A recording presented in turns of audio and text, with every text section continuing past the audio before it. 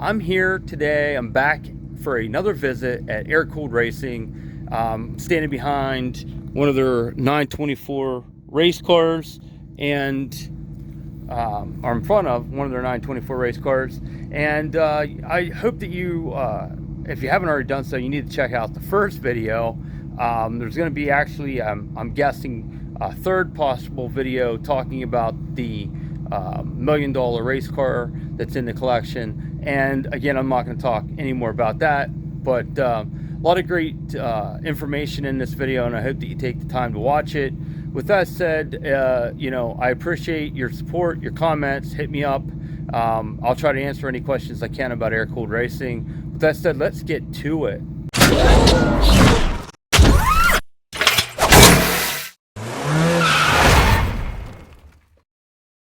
Good morning. Welcome to Air-Cooled Racing. My name is Steve Limbert. And I'm Derek Swigger. And we are I'm the brains and he's the brawn behind Air-Cooled Racing. Okay guys, so the first time I was at the shop here, in the video they pulled a 3-liter out of a 911. Steve's standing here. He was talking to me earlier about some of the stuff he found that he was able to show that somebody else had opened the motor up at one point, and some of the stupid things that were done to it, which is kind of what separates his shop from some of the others out there. So go ahead. Well, this particular motor, the guy runs the car pretty hard. The car has a cage in it, and he's interested in performance stuff. So we're going to wind up not with the fuel injection back in the car. We're going to go with carburetors. But anyway, so now we're going to take it apart. It's got about 125 or 40,000 miles, supposedly. He doesn't know the complete history. But the engine has been apart at least once. The heads were done, I believe, once, because we see numbers stamped into the head. That's number 4. Let me zoom in here for the folks at home. There's number 4, 5. So right there you see the numbers. And number 6. That somebody put markings in there to identify which was which. Yeah, which was which. So, but anyway, this particular engine has a lot more leakage and seepage, whether it's an O-ring back here on the thermostat area, whether it's the breather system. You really don't know until you take it apart. But these cases, as most people know, when they go together, there's no gasket in here. It's a sealant. And the sealant is very important you get that correct, because the air-cooled engines, they're great in many respects, but one problem they have is because you're putting dissimilar metals together, and you get heating, expansion, constant. So you've got aluminum, magnesium type case that are being held together with steel nuts and bolts. So the expansion is different on a bunch of stuff. So that's why they have a tendency to leak. But this particular engine has seen a lot of nonsense. Whoever put it back together, this is the chain cover, which I'm going to remove here in just a second. But when we take this all apart, right here, this should be a stud here and a stud here. And the reason you should put a stud in instead of a bolt, when you put something together with a bolt, you're actually pulling the threads back in here. And that's not a good thing. I'm going to take it apart. And I use an electric drill just because it makes life simpler. But so basically, with a bolt in there, when you tighten this up and torque it, you're putting the tension back in here and pulling it. And it really should have a stud that would have some Loctite, maybe blue Loctite on it so it wouldn't turn, or even red Loctite if it never wants to come out. Yeah. And then you then put aluminum washer behind what you do. So whoever did it, they were probably well intentioned, but as you can see, this should be studs here instead of the bolts. Covers off. These are hydraulic tensioners. They're oil fed from the system through this hole. Okay. And it keeps tension on the chain. You see how nice and tight it is. So what I'm going to do, so you can see how this all operates. Let me change places with you. Absolutely. Let me sneak over here. And you can just peer in here. Yep. And you can watch what this guy. So he's going to turn it over by hand for you so you guys can see the operation, understand the internals. Let me just get over here for just a second. So keep the engine from revolving. Okay. Whoops.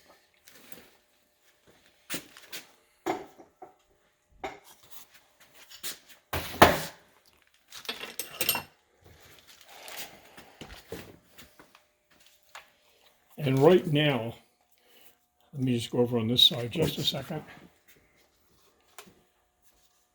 This is on number 4 cylinder right now, Okay. where it sits on Z1. And I'm going to revolve it 360 degrees, and then we'll come up on number 1. But you can watch the action of the chains in here and see how complicated this is.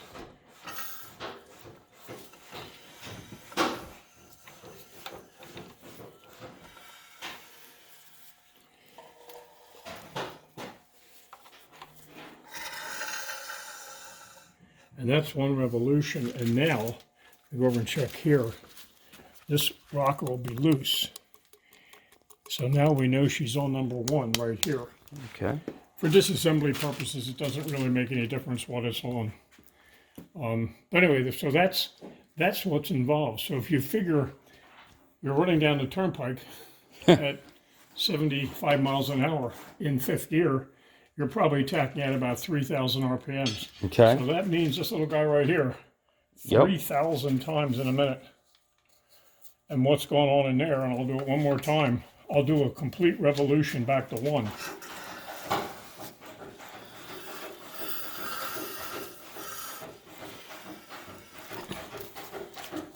And the reason it's kind of fighting me a little bit here is because I haven't pulled the plugs out, which I normally do. So now we're back on 1. Yep, which is loose. Okay. So anyway, that's basically the internals. So the next step will be to disconnect all this, undo the cams with the big gland nut, and pull the chain housings off, and then we'll pull the heads off, and we'll eventually get the pistons and cylinders out, and then split the case and take a look at the crankshaft. Okay. So that's pretty much the disassembly. And then lickety split, it all goes back together, just backwards. But anyway, but I've been doing these 911 engines for probably 35, 40 years. And a lot of guys do them, but I have a certain love, passion for the car and the motors, and they should be done the right way. I see guys or engines that it's just a shame what some people have done to them. Yeah. This one was put together, it was together, it ran just fine, but when you look at things were too tight, just not done properly. Okay. Anyway, yeah. As we talked about motors in the past and Steve's ability of what they do here to rebuild, but I wanted to show you some of the work that they're doing here. Go ahead, Steve. Why don't you explain what you've got there for example purposes? These are heads from a Type 4 VW motor, which is the standard motor that they used in the 914. Okay. The first one was like 1.7 and 1.8. Then they went to 1.8 and a 2 liter. These are heads from a 1.8. These are stock valves in this side. Yep. And Okay. We got intake and exhaust. yep. Now, the actual trick to make these things really come alive is in the heads and the size of the valve. So what we have here, these are stock, Yep. and then we went to bigger valves, You can see here. and as you can see, everything is machined, so there's a little better compression and so on. The valves in here, Whoops. you can see in here, Okay. the valve stems are very, very fine. These are Let like me see 8 if I can millimeter. zoom in there. Yes, you can see that. And it's got some heavier springs and decent retainers. Okay. And where these are pretty much stock, and you can see the difference in the size of the valve stems. Okay. But that really brings them alive. The 914 that my friend I does- can't get over how much smaller the valve stems are on the performance heads. Well, again, it's Yeah. rotating mass and Yep. the weight. But a little compression, bring these up to about 2100, 2200 cc's with a cam. Decent ignition system, exhaust system. The standard 90 horsepower goes real quick to about 125. Okay. You can actually make on a stock, I shouldn't say stock, on a modified but with small valves for the SCCA years ago. My friend Les Hanley had a 914, which I don't think we've talked about yet. That car actually, stock valve size, just doing a lot of head work, but he was restricted on the valve size. He was making on the flywheel 175 horsepower. Wow. Stock crankshaft rods. He had Corolla rods in it, so that it would take the 8,000 plus RPMs they ran. But today, with the metallurgy they have with an aftermarket crankshaft and different pistons and so on and so forth, it wouldn't be a problem to make reliable racing horsepower of 200. Wow. Okay. You know, it's pretty good on a Yeah. little over 2-liter engine. So it's impressive when you look at just their ability to offer a customer solution like this, you know, because this stuff's not readily available down the street. Now, this particular car turned out to be a restoration of a friend of ours from down between Baltimore and DC. I've known the guy for a long time. And he's a really, really good customer. I won't mention his name, but he's just a good guy. He was a Porsche Club member for many years. He was the president of the Chesapeake region, I believe, for a while. But he has a Cayman and a couple other Porsches. He's got a 944. I think he has another 914. But he wanted to do this because when he first got into the Porsches, he and his wife were the ones that actually put this car back together and did a lot of work on it many years ago. And now he is kind of a computer wizard. He's got enough money that he can put this thing back together the right way. And interestingly enough, this car had a fair amount of rust, and the chassis was actually starting to bend, but they normally bend in. This particular car was actually Bending out. So Okay. he brought it up, wanted us to take a look and make sure we could fix it. And the welding and putting in parts and pieces to make a floor correct or make the longitudinals correct, we've done a lot of that. And pretty much it was based on a lot of our work that we had done on the race cars, because you have to have a good substructure to put a roll cage in. So Derek has been with me about 20 years off and on in the beginning, but here for about the last 10 years straight, I guess. And he's pretty much taken over doing most of the heavy duty welding work. He's good at it. I didn't really have to teach him anything. He had it on his own. But we've done 356, we did a 356 Outlaw about 5 or 6 years ago from a guy out in Pittsburgh. He still stays in touch with us. He wants to do another one. We did a couple other 914s. We did another 914 for a guy. I actually had a bunch of 914s up in the barn, as you saw the barn. Yes. I had 2 yellow ones. Guy calls me up and said, "I think you have my original car." Lo and behold, the serial number was the same. It was. Wound up doing a pretty good heavy duty, not restoration totally, because the chassis was in good shape. We did the brakes, we checked the engine all out, and got it running. A yellow car. The fellow's daughter was living down in Marietta, Georgia. We got the car number 1, drove it a few times, and it was, mechanically it was right. Whoever had it before the original owner put carburetors on it, so it wasn't a big deal to get that running. The older fuel injection units are getting harder to get parts for, and they're a lot harder to make right, if you know what I mean. Carburetors are the easiest thing to do on these cars. But anyway, so we put it back together with the carburetors. He was very happy. I delivered the car down to Marietta, Georgia, and the wife, his daughter, just was ecstatic, and it was great. But at the same time, we had a fellow who wanted to do a street hot rod, and it too was a yellow car. So another yellow one from the barn, it came out, and that we did a heavy duty hot rod engine in that, again with carburetors, converted from the 4-bolt 914 brake system to a 5-bolt 911. did a lot of custom work. The car wound up with the GT flares on the back in fiberglass. Our body shop guy does a nice job. He actually paints the cars. I told him many years ago, the cars were not perfect from the factory. They had a slight bit of orange peel. If they have a slight bit of orange peel, wonderful. And the cars now come back with a slight bit of orange peel. And I don't know if you guys can see this, but I'm going to try to get you a view here. It's very hard to see, but if you focus on the lighting, you can, there you go. You can see the orange peel that he's referring to. And the paint, down to the paint, they're trying to be period correct. So they spend as much time on the car as what the customer requires. So if the customer asks for a full restoration, nut and bolt, they've done it. And you just did a 911 complete nut and bolt restoration. Total restoration of a 1967 numbers matching 911S. It did not have a nut bolt. All the wiring was changed. New headliner, engine completely redone, brake system, and yeah, that was a 2-year project. 2 years. Yeah.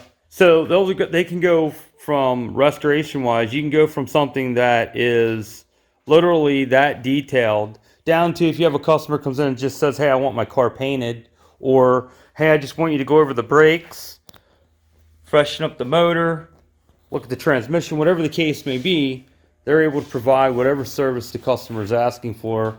And I've been standing here talking to Derek, and watching him work, and it's years of experience learning the quirks of each of these cars. And the 914 in particular that Derek's working on here, he was talking about the quirks of trying to get the gaps to line up and trying to make the gaps as close to perfect as you can get, as you can see there. But because they didn't spend that kind of time on them at the factory back in the day. Today we're going to talk about differences in the doors. There's early doors for the 914 and later doors, and it's just not the crash bars that people should all know about 914s inside. Yeah, this is an early one. Yep. Doesn't have the crash bars in the side versus over here. You can see the crash bars on the later door, style door here. This 1971 914, this door has been replaced at one point in time. So on the early doors, you just don't have the crash bar differences. Your track that the window goes up in is also different. Okay.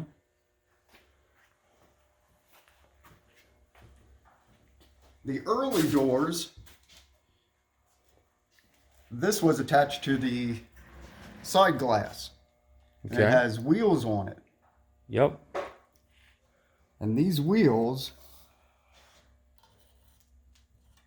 go into the track.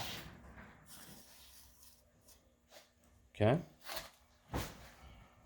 Versus, I don't have a later style track here at this moment, but in here was weather stripping. Okay. And the glass actually moved up and down inside the weather stripping. Okay. Versus this was attached to the window itself and would roll up and down using the wheels. So that's just one of the many differences in the quirks of 914s that you've encountered over the years. It's not uncommon to see a car with two different air doors. No, not at all. Okay.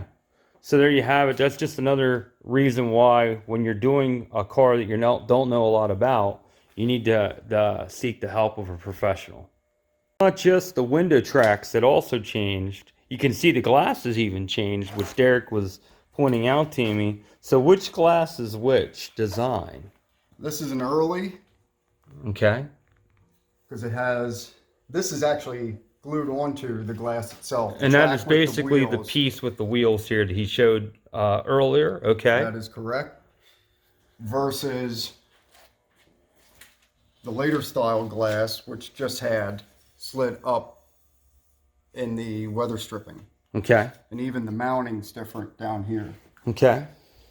In addition to the 911 motors, like we've been showing you guys working on, this is like an example of what would be going back in that 914. Yes, this is actually a 1.7 stock fuel injected Type 4 engine. The customer wanted it all stock. And it looks like literally like it came off of out of a crate from back in the day. Nice job with this whole thing. It looks great. And imagine working on these things in the car in a bay that wide. Parts are getting so hard to find for the fuel injection. Hopefully someone starts reproducing them soon. Like the wiring harness here. I know there's some people out there, but the rubbers are getting bad on this one. But yeah, it's what he wanted. He wanted how it came out of the car, so. Okay. But this is just an example of some of the engine work you guys are capable of doing. Yes. And you know, we've looked. What do you have here while we're at it? This is a stock 2-liter, which is going to be fuel injected also. Stock fuel injection. What would that? system on What this. would that be out of? This is out of the Hungarian 914 that we The white one explained- that you're currently restoring. Yes. that we Okay. explained the doors on. Okay. So Great. And what do you have up here? this is a 924 race engine. And I can tell by the head valves here. Look at this, folks. They're all but touching. That's about as big as you can get. Very big valves in that. Wow. Make it go. Make it breathe, huh? Yes.